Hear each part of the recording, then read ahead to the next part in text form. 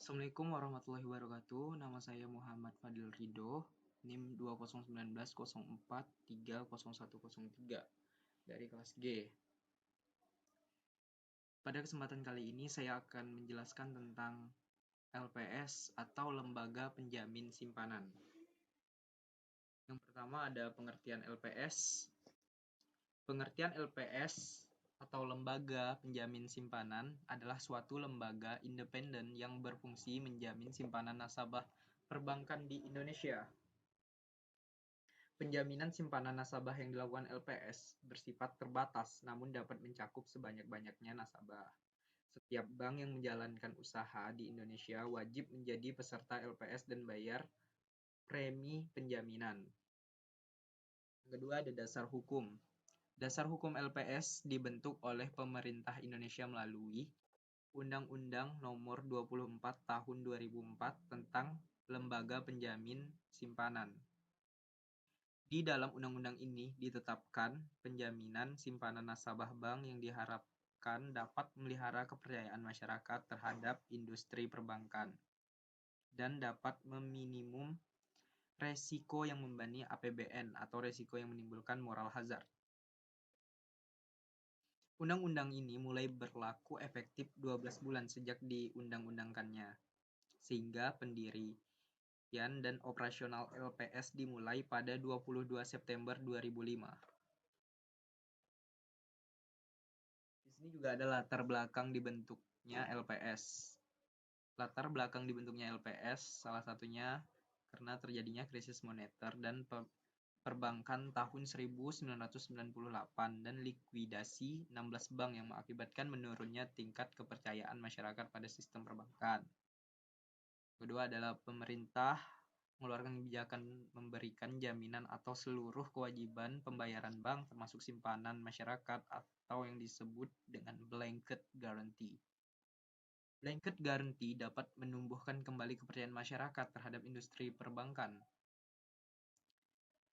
Namun, ruang lingkup penjaminan yang terlalu luas menyebabkan timbulnya moral hazard baik dari sisi pengelolaan bank maupun masyarakat, sehingga diperlukan suatu program penjaminan yang terbatas dan bersyarat.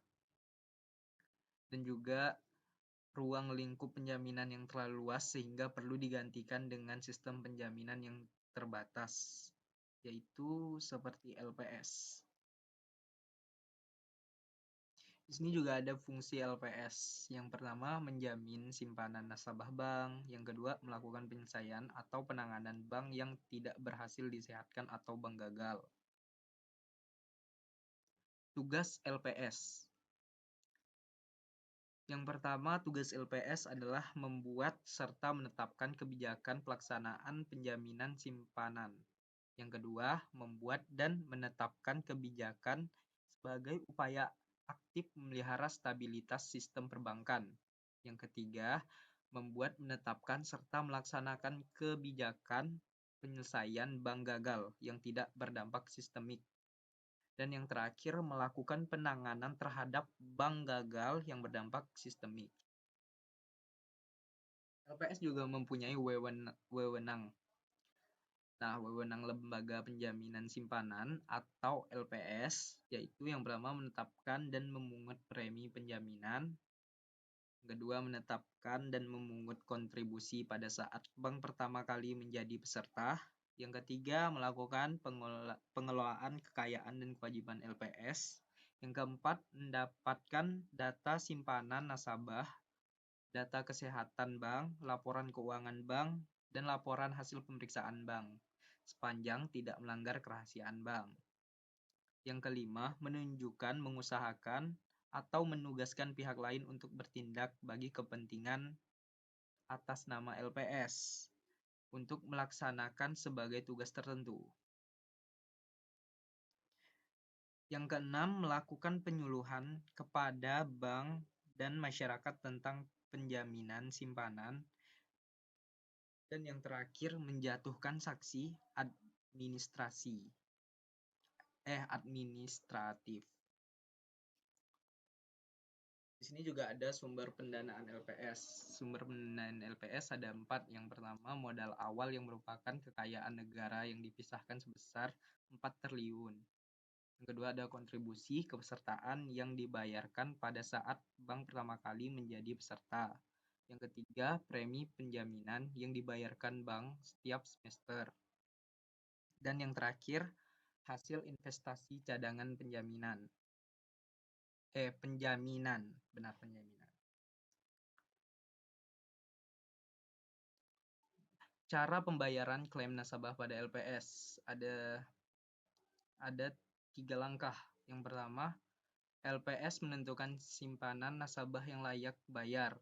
Setelah rekonsiliasi dan verifikasi data simpanan nasabah bank yang dicabut izin usahanya dalam waktu 90 hari kerja sejak izin usaha bank dicabut.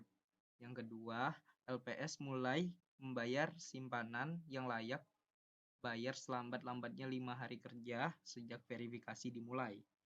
Yang ketiga, jangka waktu pengajuan klaim penjaminan adalah 5 tahun sejak izin usaha dicabut. Jaringan pengamanan sektor keuangan dalam LPS. LPS juga memiliki jaringan keamanan dalam sektor keuangan, yaitu ada jaringan pertama, yaitu jaringan pengatur dan pengawasan perbankan merupakan jaringan pengamanan pertama dalam JPSK atau First Line of Defense.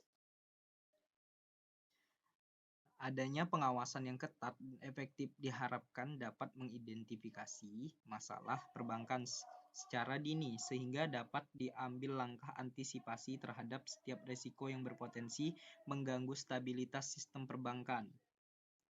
Jaringan kedua, apabila bank mengalami kesulitan likuiditas, bank sentral dapat memberi fasilitas lender of the last resort dalam bentuk fasilitas pendanaan jangka pendek atau FPJP dan fasilitas pembiayaan darurat atau FPD. Nah, FPJP dapat diberikan kepada semua bank, sedangkan FPD hanya diberikan kepada bank yang mengalami kesulitan likuiditas yang berdampak sistematik namun masih memenuhi tingkat solvabilitas. Jaringan ketiga, apabila permasalahan tidak dapat diatasi dengan jaringan 2 dan solvabilitas, bank mulai terganggu. Pengawasan bank menempatkan bank dalam pengawasan khusus yang melakukan prompt corrective action. Bank yang tidak berhasil melalui fase ini dinyatakan sebagai bank gagal dan penyelesaian atau penanganannya akan diserahkan kepada LPS sesuai mandat yang dimiliki. LPS dapat membayar penjaminan simpanan nasabah bank gagal tersebut atau melakukan penyelamatan bank tersebut. Dan yang terakhir, jaringan keempat dalam upaya pencegahan atau penanganan krisis. Sebagai jaringan terakhir adalah Komite Stabilitas Sistem Keuangan atau biasa disebut dengan KSSK yang diketuai Menteri Keuangan dan beranggotakan Gubernur Bank Indonesia untuk menetapkan kebijakan dan langkah-langkah manajemen krisis yang terkoordinasi. Nah, sekian presentasi dari saya. Terima kasih telah memperhatikan. Kurang lebihnya saya mohon maaf. Wassalamualaikum warahmatullahi wabarakatuh.